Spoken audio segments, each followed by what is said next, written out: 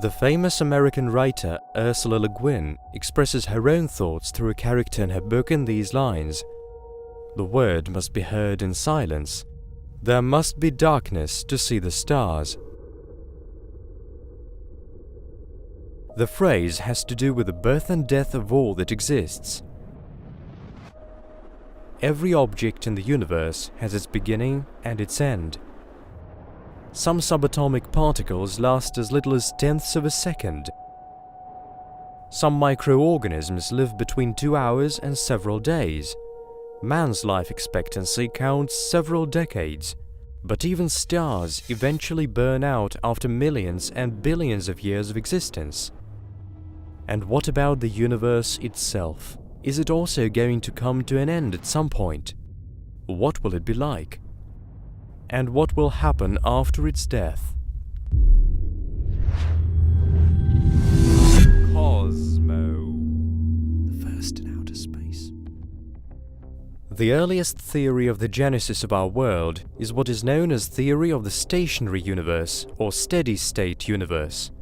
Supporters of this theory claim that the universe has no beginning and no end. It has always been and always will be in its steady state of equilibrium. However, very soon scientific estimations proved this theory likely to be wrong, as there are some irreversible processes taking place in the universe. In the 1910s and 1920s, the Big Bang theory was formulated and widely popularized.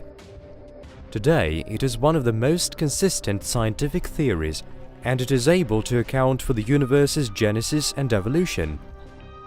Dozens of scientists contributed to the development of the Big Bang theory, and Albert Einstein's works on the general theory of relativity laid the theory's foundation.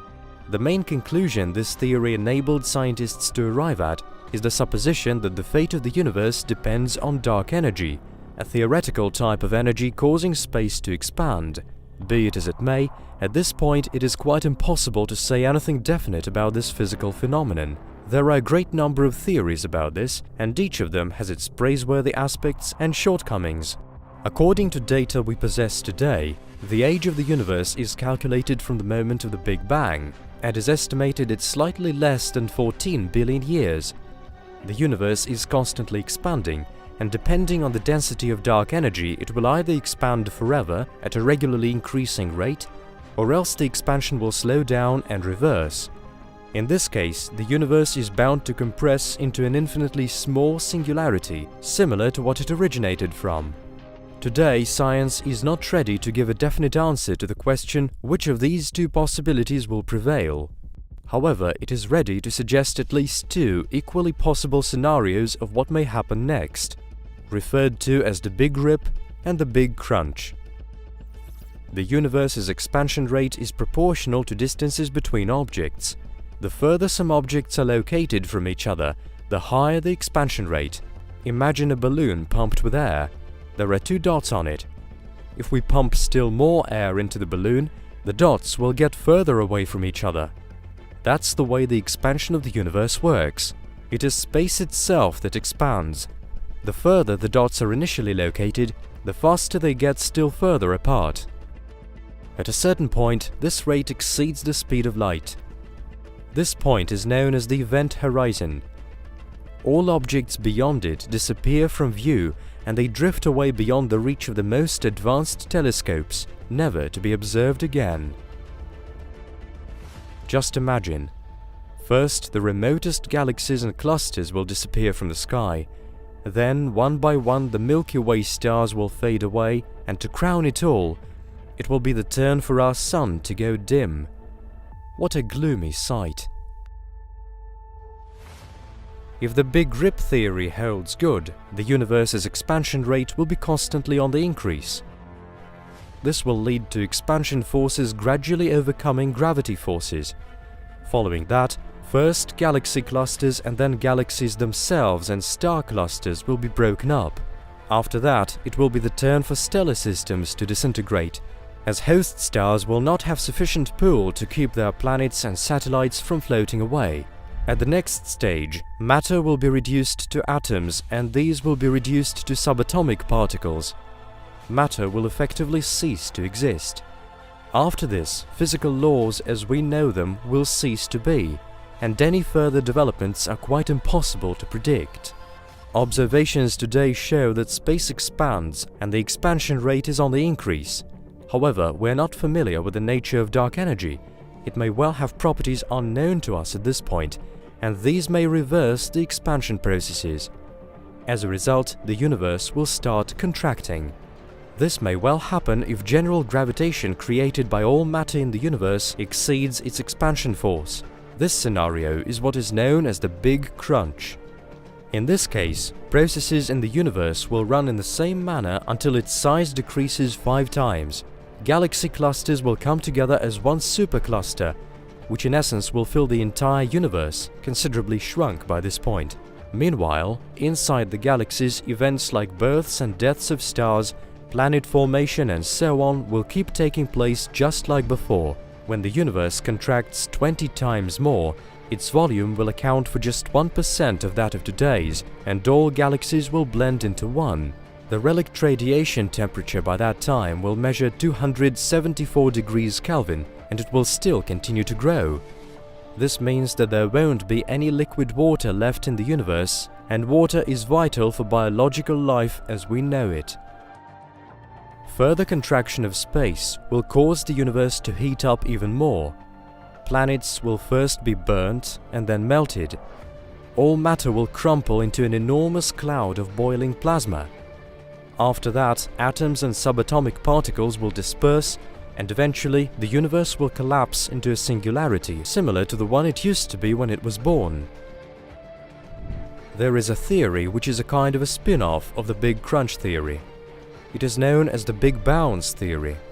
According to the Big Bounce theory, on reaching the state of singularity following the Big Crunch, the universe will be reborn as a result of yet another Big Bang, and the cycle will repeat itself again and again, supposedly forever, as far as it is possible to speak about eternity in conditions devoid of time and space. I will repeat myself yet again by saying that our knowledge about dark energy is too meager to speak about the duration of any of these scenarios. For all we know, the next Big Rip, or Big Crunch for that matter, will take place in a period when there are still stars and planets around. But what if it isn't the case? What will happen to the universe if its ultimate fate is still extremely remote in time? Still, the laws of physics imply that the universe as we more or less know it cannot exist forever. There are 4 clearly defined epochs in cosmology, and each of them is associated with this or that particular phenomenon. We live in the so-called stelliferous era. There is a lot of interstellar gas in the parts of the universe around us. It is used as raw material for stars to form from. New stars are born from this gas, and the process will continue until all interstellar gas has been depleted. This epoch is expected to be over in the period from 1 to 100 trillion years from now. By that time, the Sun and the overwhelming majority of other stars will have depleted their nuclear fuel, subsequently turning into white dwarfs, neutron stars or black holes. I've actually already spoken about it in an earlier video. The next era is known as the degenerate era.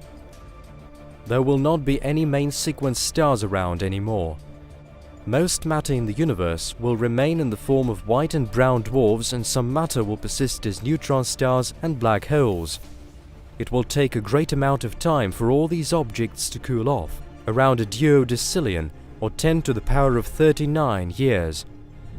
White dwarfs will gradually give off their heat in the form of radiation and become black dwarfs. As for brown dwarfs, they will cool off too.